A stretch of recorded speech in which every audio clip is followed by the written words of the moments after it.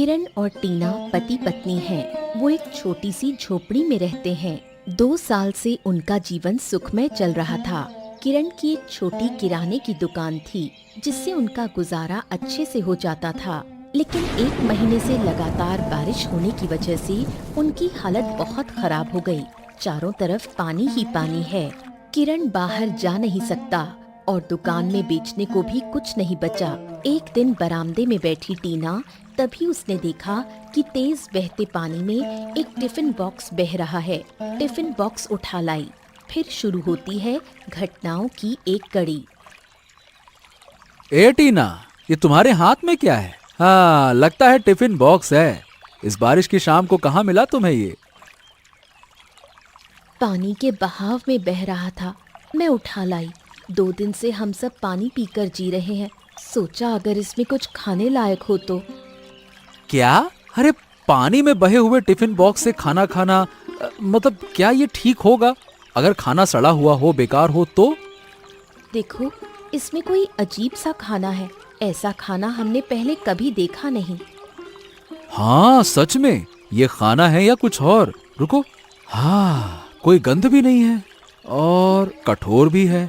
ये है क्या चीज? खाकर देखें, डर भी लग रहा है, कहीं कुछ हो न जाए। हाँ, तुम ठीक कह रही हो। अगर कुछ हो गया तो?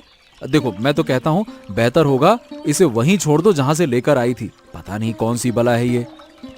नहीं, अब जब ले आई हूँ तो रख देते हैं। अरे, भूख से हालत ऐसी है कि काट काट कर खा ही लूं ऐसा लगता है। रहने दो, खाने की जरूरत नहीं, इसे रख देते हैं। अब रखोगी तो सड़ नहीं जाएगा? मुझे लगता है ये कुछ अलग चीज है। शायद सड़ता नहीं, वरना अब तक बदबू आती। हाँ, ये भी है। अरे, ये भी तो हो सकता है कि ये आज ही बना हो और किसी के हाथ से गिर गया हो और पानी में बहते हुए यहाँ तक आ गया हो सकता है। चलो रखते हैं। अगर खराब हुआ तो फेंक देंगे, लेकिन अभी इसे खाना सही नहीं होगा। हाँ, ऐसा ही करते हैं। अभी खाने की जरूरत नहीं है, अभी इसको रख दो। राघव और भूमि पति पत्नी है। राघव चोरी करता है, जबकि भूमि का स्वभाव थोड़ा ठीक है। उनका बेटा बोर्डिंग स्कूल में पढ़ता है। वो लोग टीना और किरण के पड़ोसी हैं। अरे, तुमसे कुछ नहीं होगा, कोई भी चीज संभाल नहीं सकती हो। मेरे हाथ से गिर गया तो मैं क्या करूं? मैंने जानबूझकर थोड़ी गिराया। देख नहीं रहे बारिश कैसी हो रही है? पैर फिसल गया। मैंने पहले भी बहुत सारी चीजें चुराई हैं, लेकिन ऐसा अजीब सा सामान कभी नहीं चुराया। और तुमने क्या किया? खो दिया उसे। बार बार वही बात मत कहो। अगर कुछ और कहना है तो कहो। अरे, वो टिफिन बॉक्स मैंने एक नामी बिजनेसमैन से चुराया था और उसमें जो अजीब चीज थी वैसी मैंने कभी नहीं देखी थी। बात तो समझो। ठीक है, मैं आसपास ढूंढती हूँ, शायद मिल जाए। अरे, एक बार जो खो गया सो गया, वो वापस आता है क्या? कोशिश तो की जा सकती है। चोरी का सामान खो गया तो क्या हुआ? जैसे तुम्हें क्या लगता है कि चोरी करना हलवा पूड़ी खाने जैसा है क्या? बड़ी मेहनत करनी पड़ती है, रिस्क लेना पड़ता है, तब जाकर चोरी होती है। और कभी पकड़े गए तो अच्छा खासा पिलाते भी हैं, मतलब मारते हैं लोग बाग, तब जाकर कोई सामान हाथ में बचता है। अब पुलिस ने पकड़ लिया, उसका अलग डर रहता है। बात करती हो चोरी करना हलवा है जैसे। बस करो अब, मैं देखती हूँ, शायद मिल जाए। आनंद एक व्यापारी है। शहर में उसकी कई बड़ी दुकानें हैं। किरण आनंद की दुकान से माल लेकर अपनी दुकान में बेचता है। किरण, और भाई बहुत दिनों बाद दिखे। दुकान बंद कर दी क्या? अरे नहीं, बंद नहीं की। वो क्या है, पैसों की तंगी है। इस बार बारिश में बहुत मुश्किल हो गया है। हाँ, ये बात तो सही है। हम जैसे लोग भी परेशान हो गए हैं। सही बात है दादा। अच्छा दादा, एक मदद चाहिए। अगर मेरे बस में होगा तो बताओ, जरूर करूंगा। बताओ। अब आप मेरे पुराने परिचित हैं। लेन देन में मैं हमेशा ईमानदारी रखता हूँ। इस वक्त बहुत मुश्किल में हूँ। अगर आज का माल उधार दे देते तो बड़ी मदद हो जाती। कुछ दिन में चुका दूंगा मैं। अरे ये बात है। अरे किरण, तुम चाहे जितना ले सकते हो, तुम्हारे साथ मेरा कोई 1-2 दिन का रिश्ता थोड़ी ना है। अरे ले जाओ यार, ले जाओ ले जाओ, जब सुविधा हो तब चुका देना, ठीक है? आपने मुझे बचा लिया। मेरे पास एकदम पैसे नहीं थे, कई दिनों से भूखे हैं। दुकान शुरू कर दूंगा तो फिर सब कुछ ठीक हो जाएगा। क्या कई दिनों से भूखे हो? अरे ये क्या कह रहे हो भाई? चलो कोई बात नहीं, मेरे घर आ जाना, मैं मदद करूंगा। कोई भी परिवार भूखा ना रहे, यही मेरी सोच है। आप वाकई में बहुत महान इंसान हैं। ऊपर वाला आपको खुश रखे। अरे भाई, दुनिया में अच्छे लोग अभी भी हैं। अगर अच्छे लोग नहीं होते तो ये दुनिया नहीं चलती, समझे? आपने सही कहा। मैं माल ले जा रहा हूँ और समय पर पैसे लौटा दूंगा। हाँ, नमस्ते। टीना और भूमि का घर पास पास है। जब भी समय मिलता है दोनों बातचीत करती हैं। कभी कभार एक दूसरे को ताना भी मारती हैं। भूमि भाभी, आप कितने दिनों बाद भूल ही गई हमें। हम क्यों भूलेंगे? तुम ही तो हमारे घर नहीं आती, मैं फिर भी आती हूँ। इस बारिश में कहीं आना जाना अच्छा नहीं लगता, ऊपर से तबीयत भी ठीक नहीं है।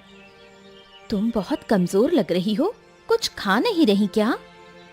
बहुत मुश्किल चल रही है, किसी तरह से जी रहे हैं। अपने पति से कहो कुछ बड़ा काम करे, ऐसे कितने दिन चलेगा? जिंदगी एक बार मिलती है, जीना सीखो। हमें देखो कितनी अच्छी जिंदगी है। भाभी, हमारी तुलना अपने से मत कीजिए। अभी वक्त थोड़ा खराब है, लेकिन हमेशा ऐसा नहीं रहेगा। आप लोग क्या करते हो वो हमें मालूम है। चाहे भूखे रहें, लेकिन आप लोगों जैसा काम नहीं करेंगे। तुम मेरा अपमान कर रही हो। मैं तुम्हारे भले के लिए कह रही थी। भूखे रहेंगे, लेकिन हमेशा सच और न्याय के रास्ते पर चलेंगे। तुम कहना क्या चाहती हो? क्या कहूँ, आप लोगों की तरह चोरी करके तो नहीं जी सकते। तुमने मुझे बहुत ताने मारे। हम उतने बुरे नहीं जितना तुम समझती हो। राघव दादा थोड़ा बहुत चोरी करते हैं, लेकिन मैं मना करती हूँ। नहीं मानते तो मैं क्या करूँ? दादा को समझाओ भाभी, नहीं तो एक दिन बड़ी मुसीबत आएगी और उस दिन कोई साथ नहीं देगा। आज रात मैं उसे अच्छे से समझाऊंगी। बेटा बड़ा हो रहा है, अगर उसे पता चला उसके पापा चोर हैं, तो उसका क्या सम्मान रहेगा? तुम्हारा बेटा घर नहीं आता, बोर्डिंग स्कूल में रहता है। साल में एक बार आता है। जब वो घर पर होता है तो राघव बिल्कुल अच्छे इंसान बन जाते हैं। अच्छा है, अब मैं चलती हूँ। अच्छा भाभी।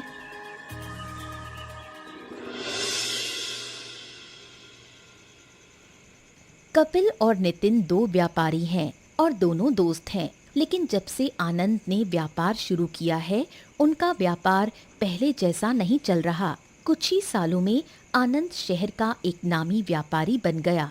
कपिल और नितिन आनंद की तरक्की बर्दाश्त नहीं कर पा रहे हैं, इसलिए उन्होंने मिलकर आनंद को मारने की साजिश रच डाली। हाँ, ए नितिन, यार हमारा व्यापार न दिन ब दिन नीचे जाता जा रहा है। कुछ न कुछ तो करना होगा।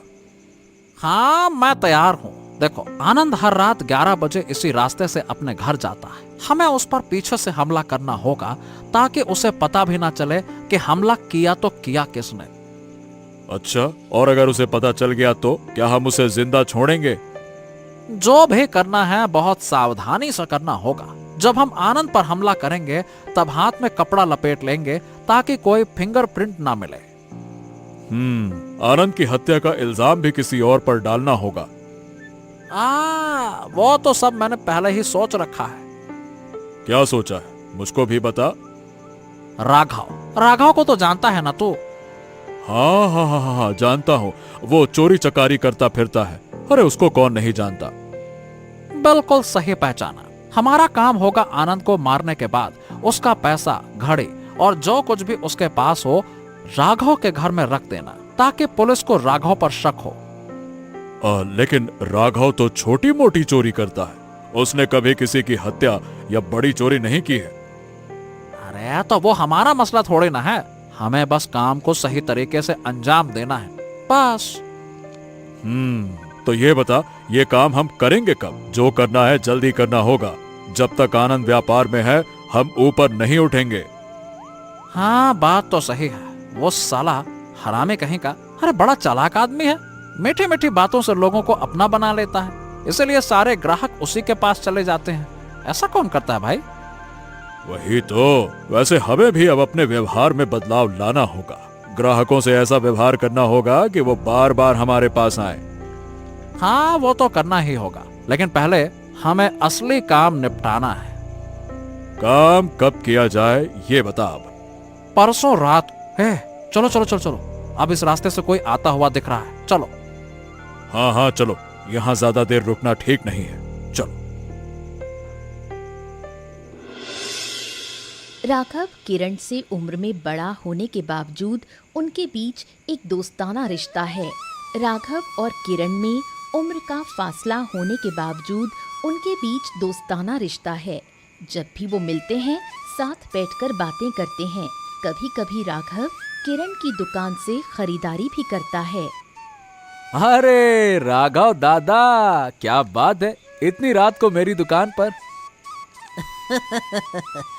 तू ऐसा मत समझना कि मैं तेरी दुकान में चोरी करने आया हूँ। ना ना ना ना ना, देख मेरे हाथ दोनों सामने हैं तेरे, बस मुंह से बोलूंगा।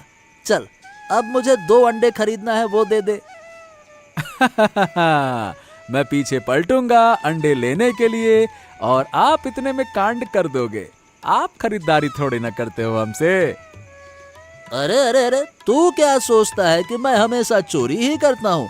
देख भाई, आजकल चोरी करना छोड़ दिया है। पकड़े जाने पर मार बहुत पड़ती है, पीठ अभी तक सीधी नहीं हो रही है। वैसे कभी कभी मार खाना भी अच्छा होता है, शरीर तंदुरुस्त रहता है। देखो कैसे अकड़ के खड़े हो। तो चला करना मेरे साथ चोरी करने, मेरे बदले की मार तू भी खा लेना, और क्या। ऐसा ही करना पड़ेगा दादा। दादा के बच्चे, मेरा मजाक उड़ाता है। मैं चोर हूँ पर इंसान बुरा नहीं हूँ, समझा क्या? चल अंडे निकाल अब जल्दी से। अरे बस हल्का सा मजाक कर रहा था, बुरा मत मानो, निकालता हूँ। नहीं नहीं नहीं नहीं, मैं बुरा नहीं मानता। चल अब जल्दी से 2 अंडे दे दे, फिर मैं घर जाऊँ। हाँ बस थोड़ी देर में मैं भी दुकान बंद कर दूंगा। रुक जाओ ना, साथ में चलते हैं। ये लो, बैठो और बिस्कुट खाओ। जब तू कह रहा है तो ठीक है, बैठ जाता हूँ। बहुत दिन हो गए तेरे साथ गप्पे मारे हुए, आज मौका मिला है तो बात कर ही लेते हैं। अच्छा दादा, एक बात कहूँ, आप चोरी छोड़ दो ना अब। अगर हो सके तो कोई छोटा मोटा बिजनेस शुरू कर दो ना। अरे क्या कहूँ रे, कोशिश तो करता हूँ लेकिन आदत नहीं बदल पाता। तू तो जानता है ना, आदत से हूँ मजबूर। अरे दादा, कोशिश करते रहो ना, हो जाएगा। सुना है जब बाहर चोरी नहीं कर पाते तो अपने ही घर में चोरी करते हो। अबे अब ये किसने बताया तुझे? मैं अपने घर में चोरी क्यों करूंगा? गजब बात करता है तू। चलो, बातों बातों में काफी रात हो गई, अब ग्राहक भी नहीं आएगा। दादा ये लो अंडे तुम्हारे। हाँ तो ये बता, अंडे के कितने दे दूं? अरे अंडे के कितने दे दूं, बस बस, पैसे नहीं देने हैं। चलो अब दुकान बंद करके घर चलते हैं। अरे अरे क्यों नहीं देने पैसे? ये क्या मतलब हुआ? ऐसे फ्री में अंडे दोगे तो तुम्हारा व्यापार कैसे चलेगा? अरे ये रखो, अरे रखो पैसे तुम यार, रखो पैसे। 2 दिनों से कपिल और नितिन व्यापारी आनंद की हत्या की योजना बना रहे थे। उन्होंने काले कपड़े पहने ताकि कोई उन्हें पहचान न सके। योजना के अनुसार वो सही जगह पर पहुंच चुके हैं। अरे अभी तक तो वो आया नहीं, इस वक्त तो आ जाता है ना आमतौर पर। आएगा आएगा, थोड़ा इंतजार कर, अपने टाइम से आएगा। एक काम करें क्या, थोड़ा आगे चलकर देख लेते हैं। हाँ हाँ चलो चलो चलो। हाँ कोई दिख तो नहीं रहा। अरे हाँ, एक बात याद आई, हमारा एक टिफिन बॉक्स खो गया था, याद है? हाँ याद क्यों नहीं होगा, खो नहीं गया था, चोरी हो गया था। उस टिफिन बॉक्स में आम से बना खास नशे वाला पदार्थ था। जिसने चुराया होगा उसे कुछ समझ नहीं आया होगा। हमारे गैर कानूनी धंधे की बात किसी को नहीं पता है ना। अरे मेरा कारोबार तो आनंद की वजह से नहीं चलता। गैर कानूनी धंधा न करता तो घर कैसे चलता? इससे पैसों की कमी नहीं होती है। सही कहा तूने। अरे देख देख देख देख, कोई आ रहा है लगता है। देख देख देख। हाँ हाँ हाँ, लगता है कि आनंद ही है। तो फिर ठीक है, जैसा प्लान किया था उसी तरह से वार करना है। हाँ हाँ हाँ, तू चिंता मत कर। अरे इतनी रात को आप लोग कौन हैं? पहचान में नहीं आ रहे। अरे इतनी गर्मी में कपड़ा क्यों पहने हुए हो भाई?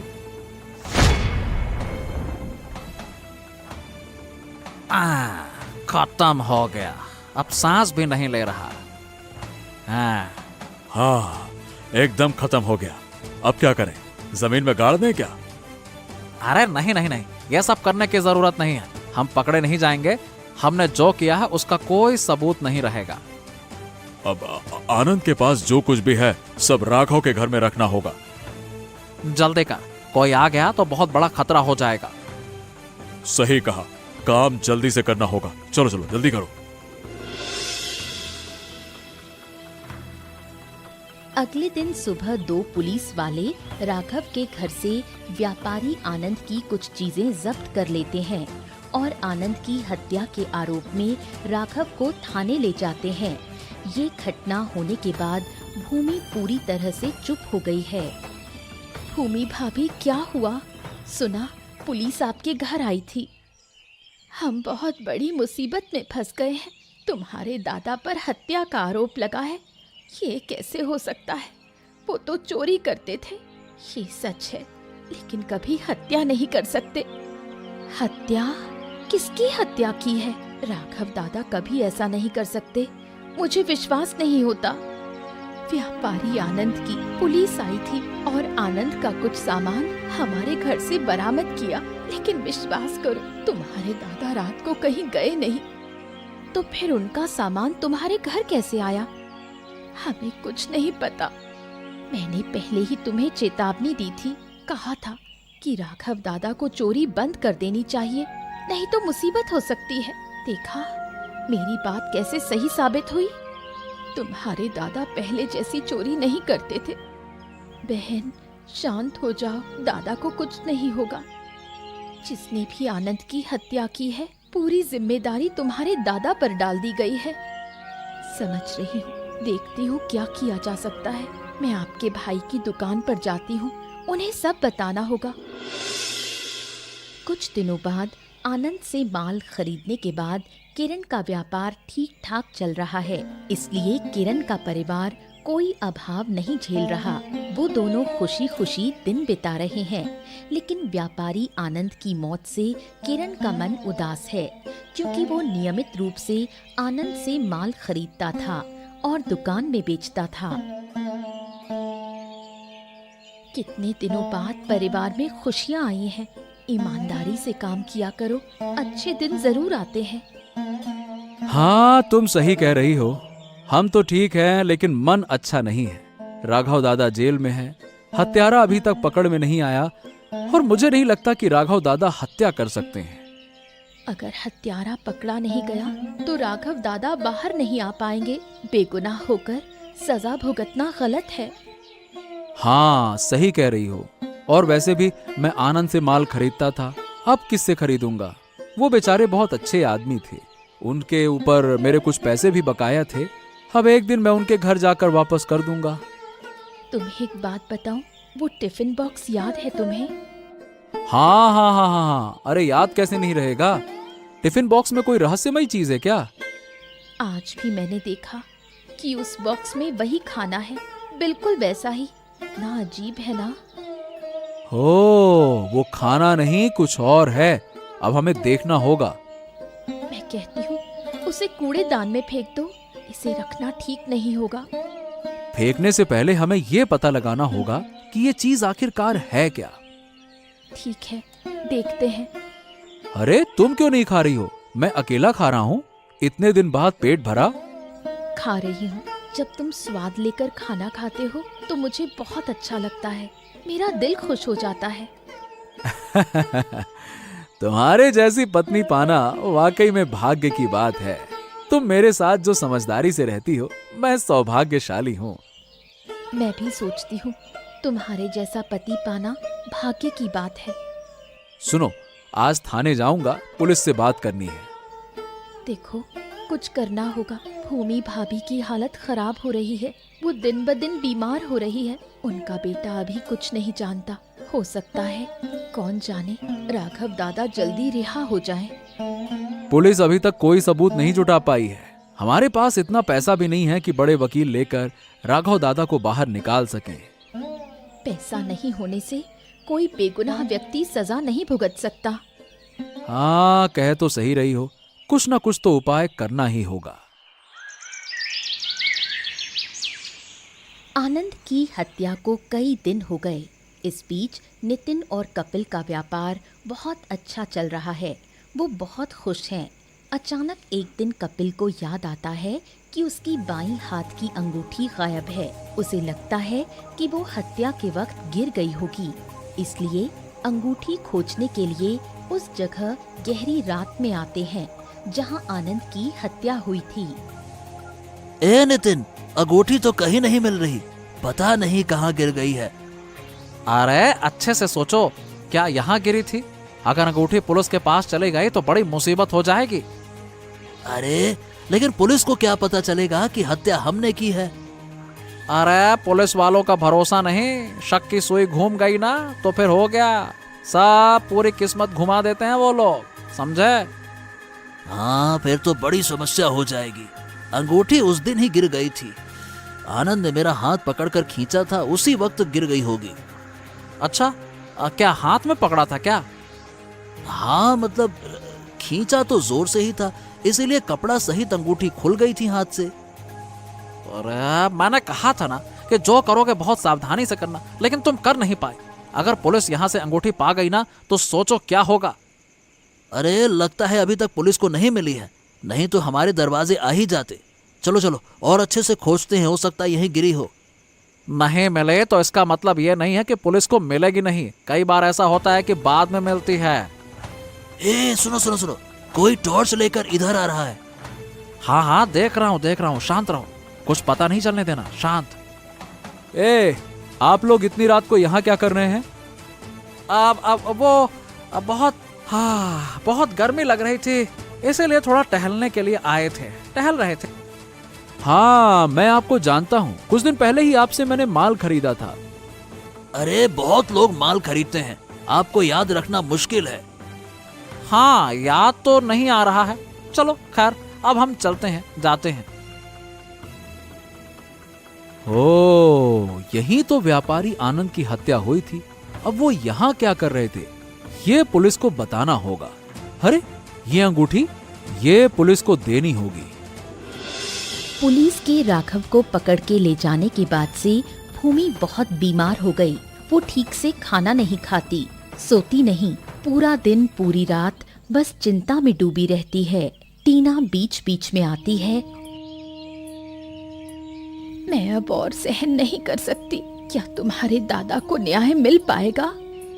भाभी, आपको ज्यादा दिन तक दुख सहना नहीं पड़ेगा। आपका भाई पूरे दिन भागदौड़ कर रहा है न्याय दिलवाने के लिए। मैं तो सब देख रही हूँ, तुम लोग नहीं होते तो क्या होता। कोई ना कोई उपाय जरूर होगा। मुझे कुछ कहने की जरूरत नहीं, पर मेरा मन कहता है कि राघव दादा जल्दी जेल से बाहर आ जाएंगे। कैसे आएंगे? क्या अभी तक कोई सबूत मिला है? तुम्हारे भाई ने कहा अब कुछ तो होगा। उसने मुझे अभी नहीं बताया, बस कहा बाद में सब पता चल जाएगा। तुम किरण को यहाँ आने को कहो, मैं उससे बात करूंगी। तुम्हारा भाई आजकल बहुत व्यस्त है, वो सारी जांच पड़ताल करने के बाद ही तुम्हारे सामने आएगा। ऐसा ही हो। भाभी, आप पूरी तरह खाना पीना छोड़ चुकी हैं, थोड़ा तो कुछ खा लो। तुम्हारे दादा जब तक लौट कर नहीं आते, मैं एक बूंद पानी भी नहीं पीऊंगी। जिद मत करो भाभी, अगर नहीं खाओगी तो तुम खत्म हो जाओगी। अपने बेटे के लिए खुद को मजबूत रखो। एक बात याद रखना, अपराध चाहे जैसा भी हो, पकड़ में तो जरूर आएगा। तुम्हारी बातों से मुझे भरोसा मिलता है। तुम घर मत जाओ, मेरे साथ रहो। अगर तुम चली गई तो मैं टूट जाऊंगी। ठीक है, मैं कहीं नहीं जा रही, तुम्हारे साथ ही रहूंगी।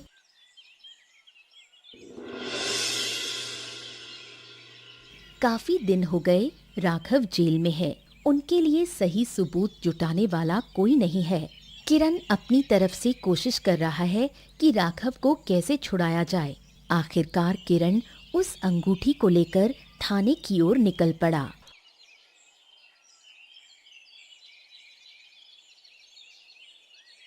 अरे दादा, कैसे हो? अरे तुम्हारा ये हालत कैसे हो गई? भाई तुम आ गए। मैं एक दिन भी ठीक नहीं हूँ। अगर मुझे कुछ हो गया तो मेरे बीवी बच्चों का क्या होगा? मुझे लगता है कि मैं हत्या के आरोप में फांसी पर लटकूंगा। अरे दादा, कैसी बातें कर रहे हो? ऐसा मत कहो। मुझे लगता है कि सबूत मिल गया है। अरे कौन सा सबूत? आनंद जहां मारा गया था, मैं 2 दिन पहले गहराई से रात को वहां गया था। वहां मैंने देखा कि वो व्यापारी कपिल और नितिन कुछ ढूंढ रहे थे और मुझे देखते ही चले गए। फिर घास में ये अंगूठी मिली। ओह, मैंने कुछ दिन पहले नितिन और कपिल का टिफिन बॉक्स चुराया था। क्या चुराने के लिए मुझे फंसाया गया है क्या? क्या टिफिन बॉक्स? एक दिन भारी बारिश हुई थी और बारिश के पानी में टिफिन बॉक्स बहता हुआ मिला। टीना ने उसे उठा लिया था। उसमें कुछ रहस्यमयी खाना था। टिफिन बॉक्स अभी भी हमारे घर में है। हाँ, बिल्कुल सही कहा। वही टिफिन बॉक्स मैंने चुराया था। ये अंगूठी मुझे दे दें किरण बाबू। आपको कष्ट करके टिफिन बॉक्स थाने में देना होगा। व्यवसायी कपिल और नितिन आनंद की हत्या के संदिग्ध हैं और जांच में पता चला कि वो आनंद को बिल्कुल पसंद नहीं करते थे। हमेशा कुछ न कुछ योजना बनाते रहते थे कि आनंद को नुकसान पहुंचाएं, लेकिन कोई ठोस सबूत नहीं था, इसीलिए हम उन्हें गिरफ्तार नहीं कर पाए। भाई तो जल्दी से जाकर टिफिन बॉक्स लेकर आओ। हाँ हाँ ठीक है, मैं चलता हूँ। कपिल और नितिन बहुत खुश हैं। पुलिस उनके खिलाफ कोई सबूत जुटा नहीं पाई है। उनका व्यापार दिन ब दिन बढ़ रहा है। कभी कभी दोनों दोस्त अपनी दुकान पर बैठकर ड्रिंक करते और बातें करते। अरे दोस्त, कम पियो यार। इतना पियोगे तो संभाल नहीं पाएगा। बड़ा मजा आता है यार पीने में। इतना खुश रहो कि एकदम गटागट पीते जाओ। अरे थोड़ी सी और दे दो मुझे। अरे तुझे पीने की और जरूरत नहीं है। मैं सब पी लूंगा और एक दिन इस शहर का सबसे बड़ा अमीर आदमी बनूंगा मैं। अरे ये क्या बात कर रहा है तू? इस शहर का सबसे बड़ा अमीर आदमी मैं बनूंगा। देखा नहीं आनंद को मैंने कैसे मारा था? शहर के सारे व्यवसायियों को मार दूंगा मैं और अमीर आदमी बन जाऊंगा। अरे जल्दी से चलिए, आपके गोदाम में आग लग गई है। आग तेजी से फैल रही है, जल्दी चलिए। ये कपिल, इसने क्या कहा? इसने कहा कि आग लग गई है गोदाम में। क्या गोदाम में आग? क्या गोदाम में आग लग गई है? हाँ नितिन, हमें तुरंत जाना होगा, चलो।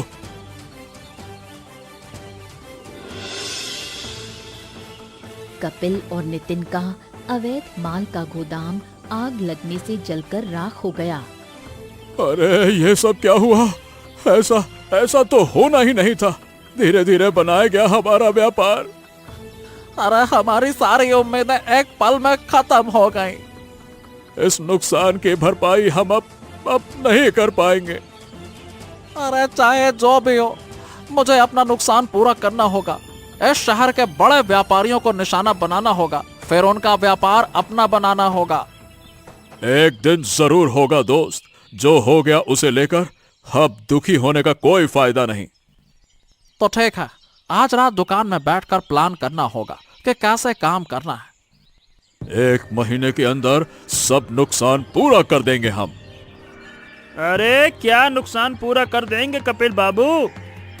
अरे मेरा व्यापार में नुकसान हुआ है, बस वही बात कर रहे थे। हाँ तो हमारे साथ थाने चलिए, वहीं चल के नुकसान पूरा करते हैं, चलिए। अरे थाने जाना मतलब हमारी ये तबाही किसने की है? आपको जांच करके उसको पकड़ना चाहिए, आप उल्टा हमको थाने ले जा रहे हैं। अच्छे से कह रहा हूँ तो चलो, नहीं तो मारते मारते भी ले जाते हैं हम लोग। अरे पहले ये तो बताओ कि हमारा अपराध क्या है। थाने जाकर सब समझ में आ जाएगा कि तुम्हारा अपराध क्या है, चलो। अरे पहले बताओ तो सही हमारा अपराध क्या है। पहले इन्हें गिरफ्तार करते हैं फिर बताते हैं। सुनो, आनंद की हत्या और नशीली वस्तु विदेश में तस्करी करने के आरोप में गिरफ्तार किया जाता है। मेरे पास सबूत हैं और बाकी के सबूत कोर्ट में पेश किए जाएंगे। चलो। राघव जेल से छूट गया। भूमि अब पूरी तरह स्वस्थ है। किरण ने एक दिन राघव और उसकी पत्नी को अपने घर खाने पर बुलाने का फैसला किया।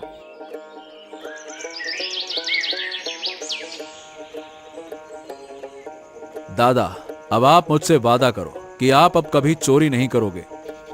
मैं वादा करता हूँ भाई कि अब मैं कभी चोरी नहीं करूँगा। अगर तुम फिर कभी चोरी करोगे तो मैं घर छोड़कर चली जाऊंगी। हाँ बताओ, तुम मुझे छोड़कर रह पाओगी?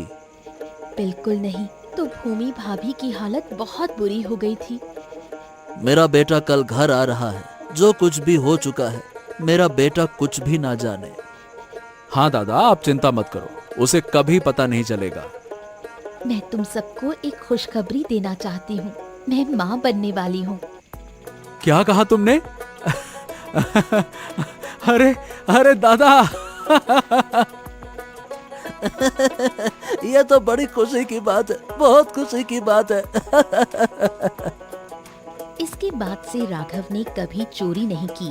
राघव ने अपने घर के पास एक छोटी दुकान लगाई। दुकान से जो आमदनी होती थी उससे उनका परिवार अच्छे से चलता था। इस बीच किरण और टीना के यहाँ एक प्यारी सी बेटी हुई। दोनों परिवार खुशी खुशी जीवन बिताने लगे।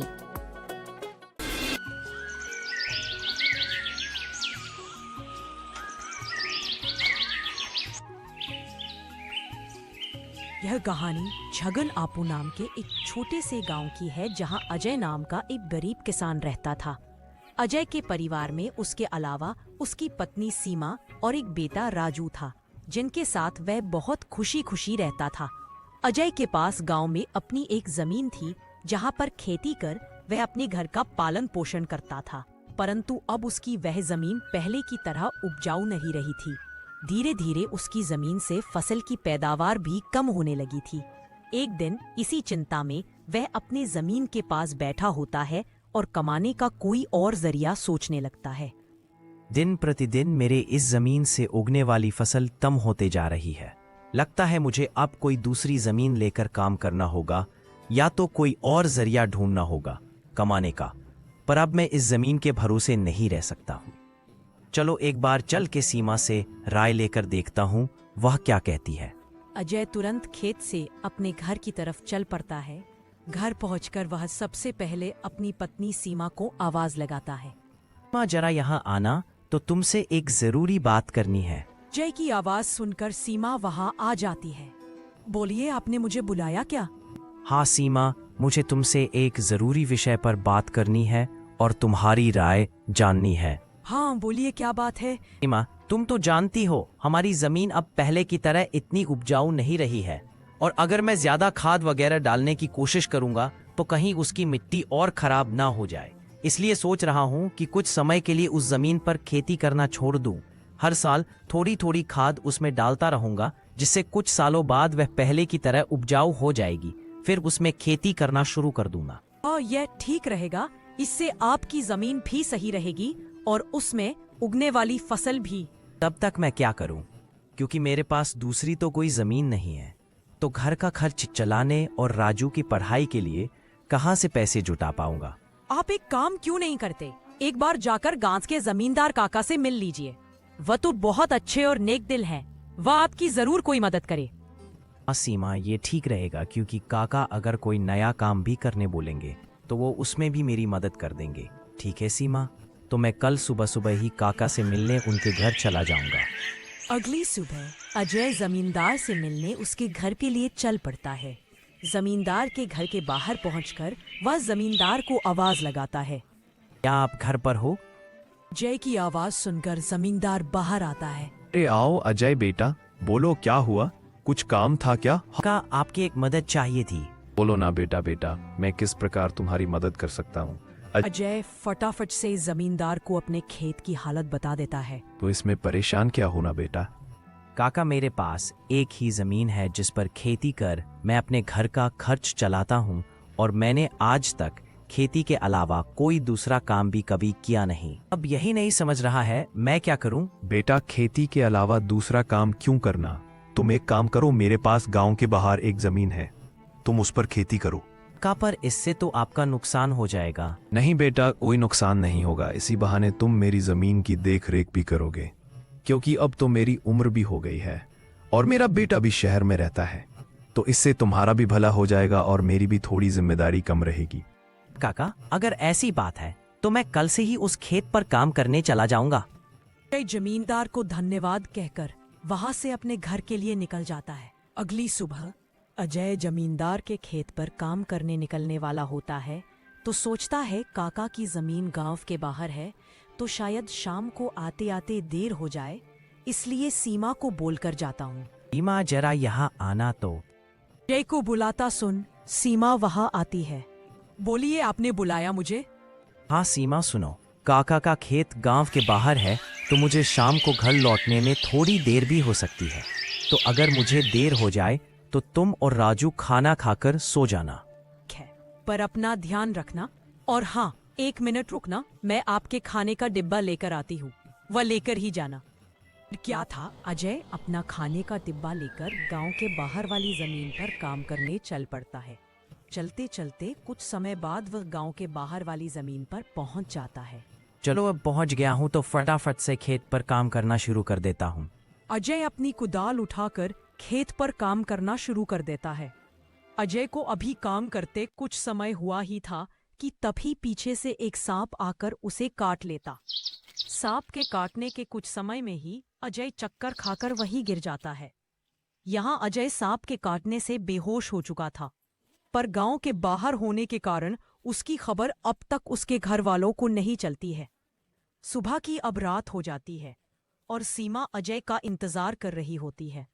माँ को इतने परेशान देख राजू पूछता है, क्या हुआ माँ? क्या तुम्हारे पिताजी आज काम करने जमींदार काका के गांव के बाहर वाली जमीन पर गए हैं, और उन्होंने मुझे बोला भी था कि उन्हें आते आते देर हो जाएगी, पर अब कुछ ज्यादा ही समय हो गया है। आप क्यों फिक्र कर रही हो? पिताजी ने जब बोला था कि उन्हें आने में देर होगी तो कुछ सोच समझकर कहा होगा। एक काम कीजिए, आप जाकर सो जाइए। राजू की बात सुनकर सीमा अपने कमरे में सोने के लिए चली जाती है। अगली सुबह भी जब सीमा देखती है कि अजय अब तक घर नहीं आया है, तो परेशान होकर वह सीधा जमींदार से मिलने उसके घर की ओर चली जाती है। सीमा जमींदार के घर पहुंचकर उनसे अजय के बारे में पूछने लगती है। नमस्ते जमींदार काका। नमस्ते बेटी, बताओ कैसे आना हुआ? काका, अजय कल आपके गांव के बाहर वाले खेत में काम करने गए थे, पर अब तक घर नहीं आए हैं। हाँ बेटी, अजय कल गया था और अब तक घर नहीं आया।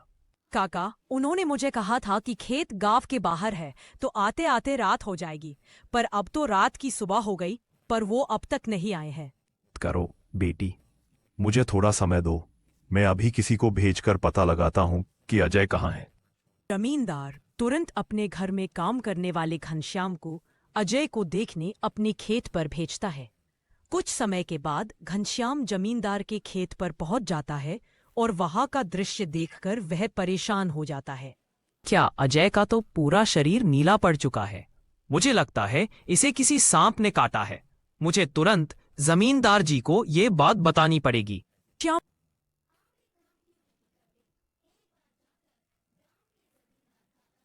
सीमा बेटी, पहले तो तुम रोना बंद करो और जल्दी से मेरे साथ चलो, क्योंकि तुम्हारे रोने से अजय ठीक नहीं होगा। क्या था?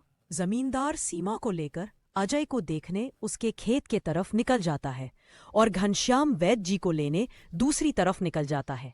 जमींदार और सीमा जब वहां पहुंचे तो उन्होंने देखा अजय बेहोश हालात में खेत में गिरा था और उसका पूरा शरीर नीला पड़ चुका था। सीमा अजय के पास बैठकर रोने लगती है। तभी वहां वैद्य जी आ जाते हैं। वैद्य जी के आते ही सीमा वहां से हट जाती है और वैद्य जी अजय की हालत का जायजा लेने लगते हैं। क्या हुआ वैद्य जी, अब कैसी है अजय की हालत? जमींदार जी, मैं आपको झूठ बोलकर अंधेरे में नहीं रखना चाहता हूं, पर अजय की हालत बहुत खराब है। वैसे तो मैंने उसे जहर को काटने वाली औषधि दे दी है, परंतु जहर अजय के अंदर कुछ ज्यादा समय तक रह गया है, जिस कारण वह प्रगाढ़ बेहोशी के हालत में चला गया है। प्रगाढ़ बेहोशी, यह क्या होता है वैद्य जी? प्रगाढ़ बेहोशी के हालत में व्यक्ति जीवित तो होता है, परंतु उसके बदन के हिस्से में हलचल नहीं होती है, और यह अब कब होश में आएगा यह भी नहीं कह सकते हैं। वैद्य जी, तो अब हम क्या करें? ये जमींदार जी, अभी के लिए मैं कुछ दवाइयां दे रहा हूं, उसे समय समय पर पानी में मिलाकर देना, बाकी तो सब ऊपर वाले के भरोसे हैं। की हालत का जायजा लेकर और दवा देकर वहां से चले गए। फिर कुछ गांव वाले अजय को लाकर उसको उसके घर के बिस्तर पर लिटा देते हैं। देखो सीमा बेटी, तुम बिल्कुल चिंता मत करना, तुम अजय की अच्छे से देखभाल करो, देखना वो बहुत जल्द ठीक हो जाएगा। और तुम्हें अगर किसी भी चीज की कोई भी जरूरत हो तो मुझे जरूर बता देना, और हर महीने मैं तुम्हारे लिए और राजू के लिए कुछ पैसे भेजता रहूंगा, पर तुम हिम्मत मत हारना। आपका बहुत बहुत धन्यवाद काका, आप हम लोगों की बहुत मदद कर रहे हो। जमींदार फिर वहां से सीमा को दिलासा देकर चले जाते हैं। जमींदार के जाने के बाद वहां राजू आ जाता है और अपने पिता की हालत देखकर सीमा से उसका कारण पूछने लगता है। माँ, ये पिताजी को क्या हुआ है? बेटा, तुम्हारे पिताजी को कल खेत में सांप ने काट लिया है, जिस कारण वह बेहोश हो गए हैं। माँ, तो पिताजी होश में कब आएंगे? बेटा, वैद्य जी ने कुछ दवाइयाँ दी है और उन्हें समय समय पर पिलाने कहा है। उन्होंने बोला कि उन दवाइयों से वह बहुत जल्द ठीक हो जाएंगे। पर माँ, पिताजी की ऐसी हालत है तो अब हमारे घर का खर्च कैसे चलेगा? बेटा, तुम उसकी चिंता मत करो, मैं हूं ना, मैं सब संभाल लूंगी। नहीं माँ, आप क्या क्या करोगी? आप पिताजी का ध्यान रखोगी, आप घर संभालो कि घर का खर्च देखोगी? माँ, आप बस पिताजी का और घर का ध्यान रखो, मैं अब खेत पर काम करके घर का खर्च चलाऊंगा। राजू की ऐसी बातें सुन सीमा भावुक हो जाती है। नहीं बेटा, तुमको काम करने की कोई जरूरत नहीं है, मैं सब संभाल लूंगी। तुम बस अपने पढ़ाई का ध्यान रखो। तुम्हारे पिताजी का सपना है कि तुम बहुत बड़े अफसर बनो और मैं तुम्हें वो बनाकर रहूंगी, भले उसके लिए मुझे कितनी भी मेहनत क्यों ना करनी पड़े। फिर सीमा राजू को वहां से पढ़ने भेज देती है। मुझे अब कुछ करना ही होगा, क्योंकि मैं अब अजय का ठीक होने का इंतजार तो नहीं कर सकती हूँ। मुझे अब खुद जाकर खेती करनी होगी और हो सके तो कोई और काम भी देखना होगा। अगली सुबह सीमा सीधे जमींदार से मिलने पहुंच जाती है। नमस्ते बेटी, बताओ कैसे आना हुआ, और अजय की तबीयत अब कैसी है? काका, अजय की तबीयत फिलहाल तो वैसी ही है और मुझे आपकी एक मदद चाहिए थी, इसीलिए मैं आपसे मिलने चली आई। हाँ बोलो ना बेटी, मैं तुम्हारी किस प्रकार मदद कर सकता हूँ? काका, मैं चाहती हूँ कि जो जमीन आपने अजय को दी थी काम करने के लिए, आप मुझे उस पर काम करने की इजाजत दे दी, ताकि मैं उस पर काम करके अपने घर का खर्च और राजू की पढ़ाई करा सकूं। पर तुम्हें वहाँ काम करने की कोई जरूरत नहीं है, मैं हूं ना। मैं तुम्हारे घर के लिए जो भी खर्च लगेगा हर महीने भेज दिया करूंगा। नहीं काका, आपने अब तक हमारी बहुत मदद की है, अब आप बस मुझे आपके खेत में काम करने की इजाजत दे दीजिए। मैं अब खुद काम करके अपना घर चलाऊंगा, अफसर बनाऊंगी। जमींदार सीमा को बहुत समझाने की कोशिश करता है, पर सीमा जमींदार की बात मानने तैयार नहीं थी। आखिर में सीमा की बातें सुनने के बाद जमींदार सोचने लगता है। मुझे लगता है सीमा मेरी बात नहीं मानेगी, पर अगर वो काम करने इतने दूर जाएगी तो वो अजय का ध्यान नहीं रख पाएगी। एक काम करता हूँ, मैं सीमा को मेरी गांव के अंदर वाली जमीन पर काम करने के लिए कह देता हूँ, ताकि वो खेतों पर काम भी कर सके और अपने घर का ध्यान भी रख सके। ठीक है सीमा बेटी, मैं तुम्हें अपने खेत पर काम करने की इजाजत तो दे सकता हूँ, पर तुम्हें मेरी एक बात माननी होगी। हाँ काका, बोलिए ना। बेबी, तुम्हें मेरे गांव के बाहर वाले खेत पर काम करने की कोई ज़रूरत नहीं है। मेरे पास तुम्हारे घर के नज़दीक भी एक खेत है। तुम वहाँ काम कर सकती हो ताकि तुम अपने घर का और अजय का दोनों को ख्याल रख पाओगी। काका, यह तो और भी अच्छा रहेगा। इससे तो मेरी बहुत मदद हो जाएगी। बेटी, पर एक छोटी सी समस्या है। वो खेत बाहर वाले खेत से थोड़ा छोटा है। तो कोई बात नहीं है काका, वह खेत मेरे घर से नजदीक है, वही बहुत बड़ी बात है। मैं खेत में काम करने के साथ साथ दूसरे के घर का काम भी करना शुरू कर दूंगी, ताकि उन पैसों से मैं राजू की पढ़ाई का खर्च निकाल सकूं। पर तुम्हें इतना काम करने की क्या जरूरत है? काका, मुझे काम करना ही होगा। अजय का सपना था कि राजू पढ़ लिख कर बड़ा आदमी बने। अगर मैं मेहनत नहीं करूंगी तो उसका सपना अधूरा रह जाएगा। राजू की पढ़ाई के लिए और घर चलाने के लिए मुझे हर हाल में यह जिम्मेदारी उठानी पड़ेगी। दुकानदार सीमा के संकल्प और साहस से भावुक हो जाते हैं। ठीक है बेटी, तुम्हारी मेहनत देखकर मुझे पूरा भरोसा है कि तुम जरूर सफल होगी। मैं तुम्हारी हर संभव मदद करूं। तुम कड़ी मेहनत करो, भगवान भी तुम्हारे साथ है। सीमा ने जमींदार के गांव के अंदर वाले खेत पर काम करना शुरू कर दिया। वह सुबह खेत पर काम करती और दोपहर के बाद गांव के घरों में सफाई और खाना बनाने जैसे छोटे मोटे काम करने जाती। धीरे धीरे सीमा की मेहनत रंग लाने लगी। खेत में अच्छी फसल हुई, जिससे उसका घर चलने लगा, और जो पैसे वह दूसरों के घरों में काम करके कमाती थी, वह राजू की पढ़ाई में खर्च करने लगी। क्या मैं चाहती हूँ कि तुम मन लगाकर पढ़ाई करो। तुम्हारे पिताजी का सपना है कि तुम अफसर बनो। मैं तुम्हारे लिए हर मुश्किल को पार कर लूंगी। माँ, मैं कड़ी मेहनत करूंगा। एक दिन मैं पिताजी का सपना पूरा करके दिखाऊंगा। सीमा की मेहनत और त्याग से गांव के लोग भी प्रेरणा लेने लगे। उन्होंने देखा कि कैसे एक माँ अब अपने परिवार के लिए हर कठिनाई का सामना कर रही है। इसी बीच अजय की हालत धीरे धीरे सुधरने लगी। वैद्य जी की दवाओं और सीमा की देखभाल ने जहर का असर कम कर दिया। एक दिन अचानक अजय को होश आ गया। अजय को होश में आते देख सीमा बहुत खुश हो गई। अजय, तुम्हें होश आ गया। भगवान ने मेरी मेहनत और दुआएं सुन ली। सीमा, मैंने तुम्हें और राजू को बहुत परेशान किया। नहीं अजय, तुम हमारी ताकत हो। जब तक तुम ठीक हो रहे थे, मैंने हर जिम्मेदारी संभाली और देखो अब सब कुछ ठीक हो रहा है। अजय धीरे धीरे पूरी तरह ठीक हो गया। उसमें सीमा की मेहनत और त्याग देखकर प्रण लिया कि अब वह उसके साथ कंधे से कंधा मिलाकर परिवार को आगे बढ़ाएगा। राजू की पढ़ाई भी सफलतापूर्वक चलती रही और कुछ सालों बाद वह एक बड़ा अफसर बन गया। माँ, पिताजी, मैं आज जो कुछ भी हूँ वह आपकी मेहनत और त्याग के कारण हूँ।